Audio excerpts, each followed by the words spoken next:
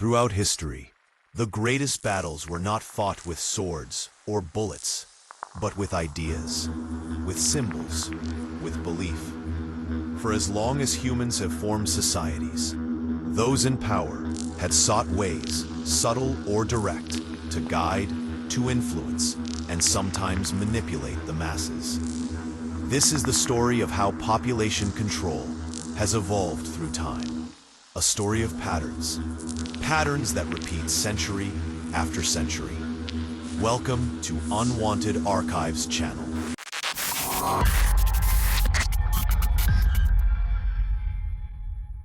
Every society operates on frameworks: political, economic, cultural.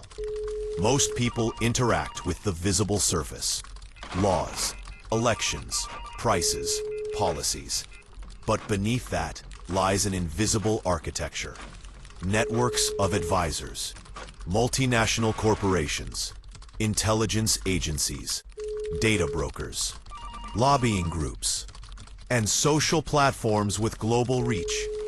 These entities do not operate in the shadows out of malice, but because the world itself has become too vast, too fast, too complicated for the average person to comprehend. From empires of the ancient world to the invisible networks of today, we see how humanity has been shaped, subtly, gradually, and sometimes invisibly, by those who understood the true value of influence. In the earliest civilizations, control was simple. Rulers claimed divine authority. Stories shaped obedience. Rituals created unity. And knowledge was restricted to the elite. Thousands of years ago, long before nations existed, power belonged to those who controlled belief. In Egypt, priests declared the pharaoh a living god. In Mesopotamia, kings carved laws in stone, not to negotiate with the people, but to instruct them. In Rome, emperors used spectacles and entertainment to keep the masses content. Panem and circenses, bread and circuses. In China, dynasties crafted strict social hierarchies, ensuring stability through tradition. Every major civilization learned the same truth. If you give people structure, they rarely question the hand that built it. Priests, kings, and scribes controlled calendars, literacy, and law. Information flowed upward, never downward. To challenge authority was to challenge the gods themselves. It wasn't just physical power that maintained order. It was narrative power. As religions grew, they brought meaning, community, and moral structure. But beliefs were also used as tools of influence and control. Every era has its rulers, its storytellers, its unseen architects of power. But while kingdoms rise and fall, one force remains constant: the desire to guide the minds of the many. Stories weren't just entertainment, they were tools. Rituals weren't just ceremonies, they were systems. And knowledge was the most guarded treasure of all.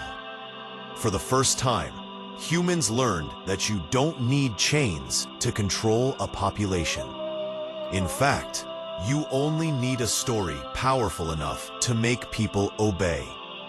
From Europe's monarchies to dynastic China, rulers aligned themselves with spiritual institutions. Faith became intertwined with authority, promising order, purpose, and often unquestionable obedience.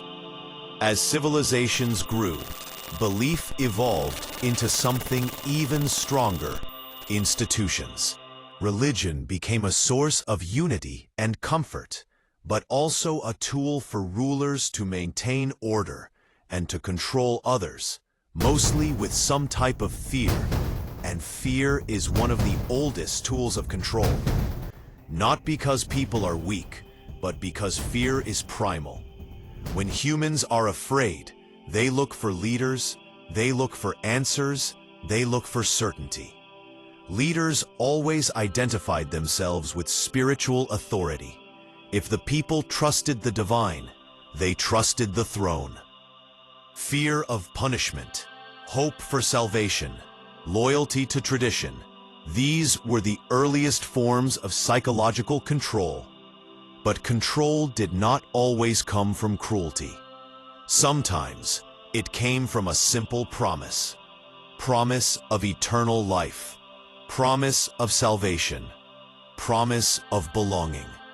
Belonging to a group, belonging to a society, nation, race, or even belonging to an idea. But with this power came a new weapon, propaganda. In the 20th century, governments realized they could rally entire populations or turn them against each other using carefully crafted messages.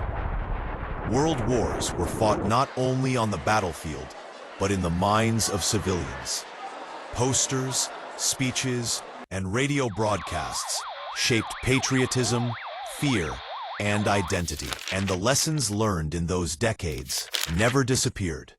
For the first time, ideas could travel faster than armies. But with this new power came a darker discovery. If you control the message, you control the masses. In last century, propaganda transformed entire nations. Posters fueled war. Radio shaped patriotism. Governments learned that control was intertwined with influence. And that influence was not about forcing people to obey, but convincing them that obedience was their own idea.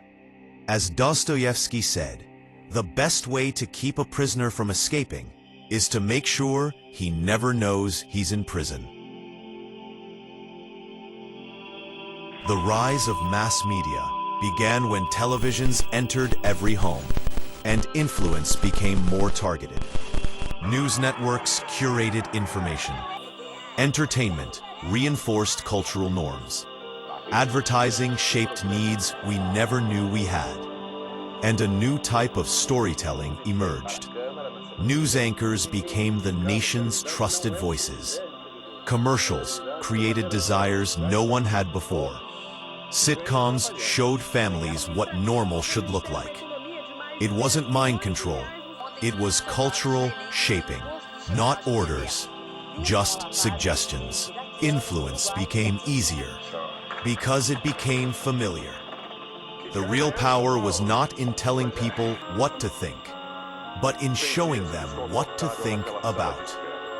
Experts emphasize, not all influence is manipulation, but the line between persuasion and control depends on transparency and intent. Look into space. By the end of the century, the most powerful tool of influence wasn't force, it was attention. Then, everything changed once again, and things went to even bigger proportions. The Internet. The Internet promised freedom, information for all, communication without borders, and it delivered. But it also brought something else. Algorithms that learn your habits, platforms that predict your emotions, data systems that know you better than you know yourself. Today's influence is invisible. You don't see it. You scroll through it. Your attention is the currency. Your behavior is the product. This isn't the age of control. It's the age of nudging. Small pushes, tiny suggestions, all designed to shape what you see, what you feel, and ultimately, what you choose. Today, influence is more subtle and more pervasive than ever before. We live in a world of algorithms that predict behavior, platforms that shape emotion, and information streams that never stop. Sports, movies, music, porn, sitcoms, you name it. Constant chase for more dopamine makes us junkies, willing to scroll more and more just for another dopamine hit. And all of that is not accidental. It's engineered. Your brain becomes a battlefield. Your emotions become the weapon. And with every next click, it shapes your behavior. Some governments monitor citizens for security. Some companies track behavior for profit. And social media, intentionally or not, amplifies certain voices while burying others.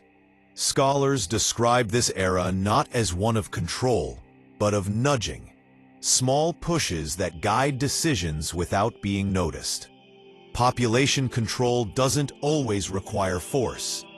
Sometimes, it only requires understanding human nature. Fear brings people together, or divides them.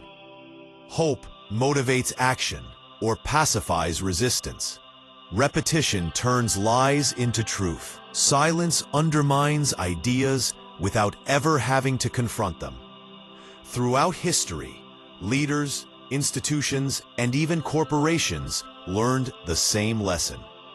Control the mind, and the body follows. Every generation grew up believing that the world they were taught about is an objective truth. But education itself is a system of influence. Curriculums decide what parts of the history is emphasized and what should be left behind. They decide which heroes are celebrated and which voices are forgotten. Schools don't merely pass down knowledge, they pass down identity. So now, what comes next? Artificial intelligence that shapes entire conversations. Deep fakes that rewrite reality. Virtual worlds where truth can be edited. The future will not be defined by who holds power, but by who controls information. Some influences protect us. Some educate us. Some entertain us. But some beings, quietly, subtly, shape us without our awareness. In the end, the greatest power any society has is not in the hands of rulers or corporations or governments. It is in the ability of individuals to question, to analyze, to think. Because influence is inevitable, but awareness is freedom. So where does this leave us? Never before have humans had so much access to information. And never before has information been so overwhelming. Yet people are still living in a mass delusion, letting others to shape their realities. But not all of us are puppets. We make choices. We think, question, and resist. Still, influence surrounds us. In traditions, in politics, in culture, in technology. Some of it protects us. Some of it divides us. And some of it shapes our beliefs without us even noticing. The story of human control is not just about those in power. It's about our ability, as individuals, to remain aware, informed, and free. In a world of constant persuasion, awareness is the strongest freedom we have left. In the shadows of history, influence has always existed, and always will. But the future depends on how clearly we choose to see. Comment, subscribe, and follow us for more on Unwanted Archives channel.